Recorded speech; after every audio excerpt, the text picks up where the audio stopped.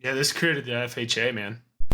Yeah, I just think it'd be hard for them to like go and how would you do that? Like, how would you unwind that at this point? Would you just pass a law saying that you cannot own like any individual or any group of individuals can't own more than X number of houses, right? I mean, how would you even unwind that if you could? I well then you're crossing the barrier of capitalism. Right. I mean, I guess that's the issue. And then these guys are super smart. So even if you say one person or one entity can't own more than whatever, they're just going to create Multiple all these entities. different entities, different SPVs. There's going to be no way around that. You'd have to say And they natural. just Yeah, then they just create a shell company, and the shell company owns all the different entities underneath it. I don't think there's no way to stop it. And also, like, I don't know. I always go back to this same kind of thought process whenever I start these conversations. Like, everyone wants to be a doomsdayer, and like, it's for me, it's so easy to be pessimistic, but it's also on the flip side, it's so easy to be optimistic because if you think about it, if worst comes to worst, like, who gives a shit? Like, you can't really do anything about it, right? So Like how much Bitcoin are when you buying? Russia well, like when Russia and Ukraine crisis happened, the amount of people who called me and they were like, "Oh, Ryan, you were an army brat. What's your dad think of this?" And I'm like, "My dad thinks about it the same way he thought about it during the Cold War. If he presses the button, kick your feet up, pour your glass of whatever preferred booze you have, smoke a joint, you're dead anyways. So who cares?" Like, it blows me away when people are like, "Oh my gosh, what, our government's corrupt. Trump needs to drain the swamp. Biden's a robot." I'm like, why do you care? Like, is it like it drives me up a wall because I'm sitting there and I'm just like, you have no control over that. Like, you have control over how you wake up in the morning, how you vote, how you take care of your body. Like, you have control over all that. And then these people in Washington come out with a bill that you can't even vote on, and you lose your mind over everything. And it's just like, you have to find out what factors you can control and what factors you can't. I know I'm kind of going on a rant, but like, some people are just pansies, man. Just like, own up to the shit going on in your life and just like come up with a plan for you and yours and deal with what comes later. Like, to get bogged down with Israel and Hamas and the future of Taiwan versus China and Russia, Ukraine, like, yeah, should we have sent however many billions of dollars to Ukraine? No, that was fucking stupid. I'll tell you that right now. Like, I had this conversation with everyone. Like, I don't care if you support Ukraine. I don't care if you support Hamas. I don't care if you support Israel. I think every American dollar that's made in America should stay in America. Like, sorry, but like, you're sending No, money no foreign aid to, whatsoever.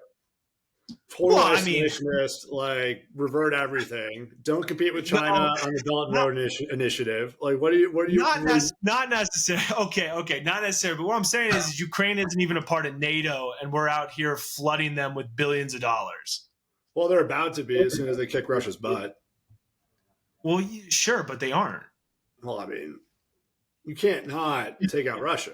Like, you've got the opportunity to do No, it. You have to do it. also fuck Russia.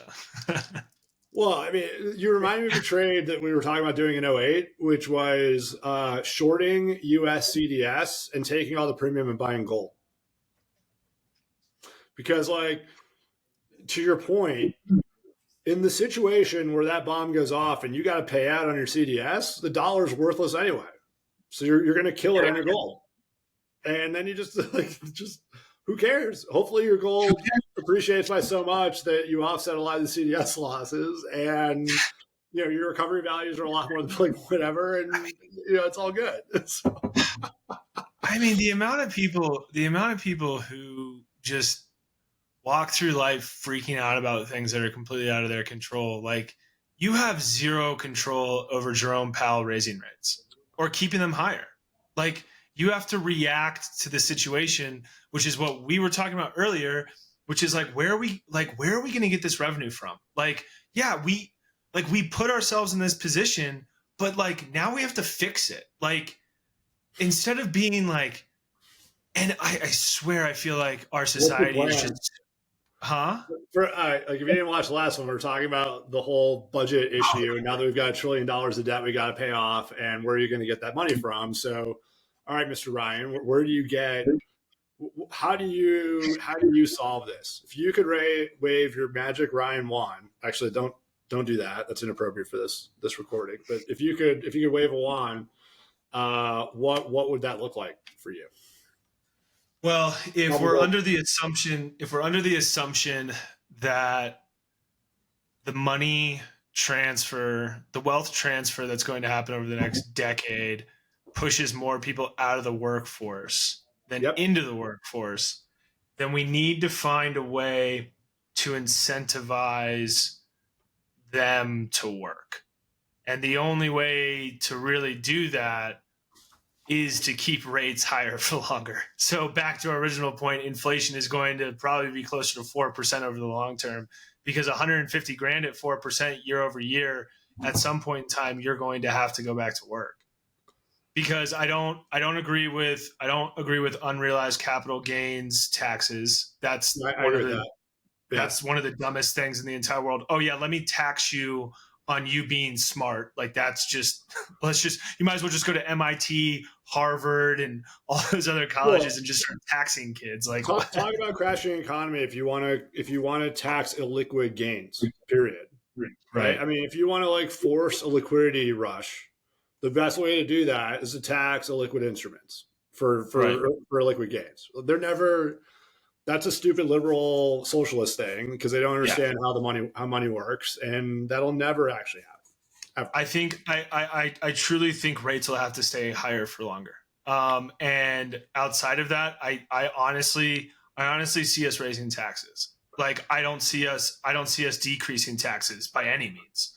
Like let's just make one statement for sure. We're not going to decrease taxes. So I think you taxes could either though. remain the same, huh? You could. Have you heard the book A Tale of Two Economies? No. I think that's what it's called. A I mean, tale of two economies. if you actually want me to wave my magic wand, I would wave it and get rid of our tax system and make it a sales tax only. 10% on everything. That's consumption. I would even take it one step further, which is what this book talked about. It's absolutely incredible. I think you should read it. It's called A Tale of Two Economies. It's spectacular. You would get on Audible and blow through it in a day. He taxes payments, not consumption. So imagine all like the derivative settlements. Okay. So like, he has this table and I'm not going to remember it exactly, but he goes through like, yeah, so US GDP is 14 trillion, whatever. Okay, cool. US income taxes are like 4 trillion or whatever it is. But if you factor in like derivative settlements, right, and future settlements and cash payments and transfers from like one entity to another because of overnight lending and liquidity needs, and you just think about money sloshing around, right? Like the true slosh, not just what are each of us individually kind of like taking out of the system. The Oh, guy kind of the guy kind of mathematically showed that you could eliminate, this is insane. You could eliminate all income taxes. I remember forgetting. He had like a little different structure based on kind of like, what you do and how much you make and all that kind of stuff. But basically, you could tax all payments on the order of like 20 bips and pay for the entire thing, including universal health care, including how like universal basic UBI, universal basic income. So he basically says like we're doing away with income taxes. We tax all payments at 20 bips. That generates so much money that we can now do like a universal basic income. So everyone makes at least say $40,000. So you can eliminate all welfare or something like that. Like all welfare handouts, whatever. And then if you have a job that makes you more, like sure, you pay a little bit of taxes on that, but the taxes you pay are the payments. So like if you're making 200 grand, you're only going to pay 20 bips because the only payments you get are the 20 bips from your entity, right? So at a base level for people who don't understand derivatives, are you saying if I moved money from my checking account to my savings account, I would pay a 20 basis point tax? No, it's more from like one entity to another entity. So like you Okay, as so an you're natural saying person like would be, Yeah. Okay, so you're saying like if I moved money from my bank account to PayPal, I would be charged 20 basis points. That would be an interesting one. I mean, he didn't go into that specific detail, but I think Or like just large scale. imagine the Wall Street tax hedge, right? Where you've got one entity owning stock, right, and one entity selling that. You got an entity owning stock, right? You then have you sell futures against the stock, so you basically boxed the gain, right? Now you're receiving that return. And then at some point, at the end of that derivative trade, you're going to get out of the position, right? Because like Right. you do that so you can maintain your capital gains before selling the stock, right? Well, you're going to settle the futures, right? And then you're going to have to sell the stock. So when you sell the stock, you pay 20 bips, This just right? sounds like a management fee for the United States.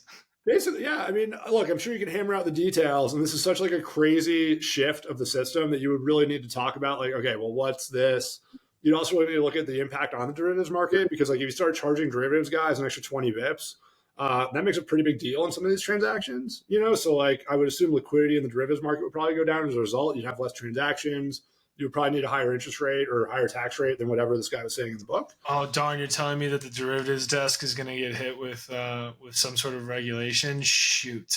Well, look, you and I both know that if you throw a 20 bip kink in an interest rate curve, that could potentially screw up a lot of derivative transactions and the structure that they have, That right? is true. So the question, like, if you're now paying some sort of liquidity tax on your derivative or the settlement of your derivative, then you probably would either not transact as often, your barrier to transaction would be higher, and so you would just see less liquidity in that market. Well, so Uh, there's your big issue is you are assuming that transaction flow stays the same year he over is. year. He is. Yeah, I mean, the real life he is. application of his So, book is he'd so have a back higher rate. back to the sales tax. See, so here's what I like about sales tax is it gets rid of this notion that the rich are avoiding taxes. Because if you cut out all the taxes and you cut out the IRS, honestly, that'd probably save us $1 trillion right there because they're a worthless entity.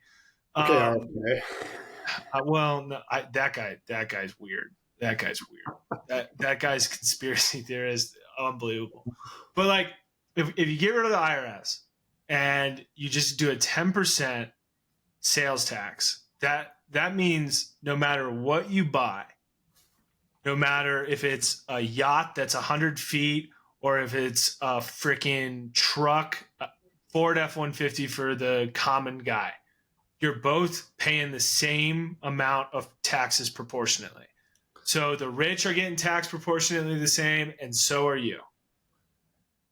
Because if you're buying a $10 million house, or if the rich is buying a $10 million house and you're buying $1 million house, you're paying 100 grand, they're paying $1 million. Okay, I'm a capitalist. Just saying. I'm a capitalist. You have to acknowledge that there is a basic cost of living, right? Or if you're making less money and you're paying a sales tax, like you are paying a huge amount of your income just for basic expenses that someone who's rich would not. So you can't just have a sales tax. You're already at 10% though in the current bracket. Well, a lot of them are. I mean, a lot of people, depending on your income, are not even paying taxes. So if you start throwing a 10% consumption tax on top of it, right? Well, I mean, that's why they have the lottery, right? The poor man's tax. Okay. Well, are you saying that you want to eliminate the lottery and then that would help raise incomes across the United States?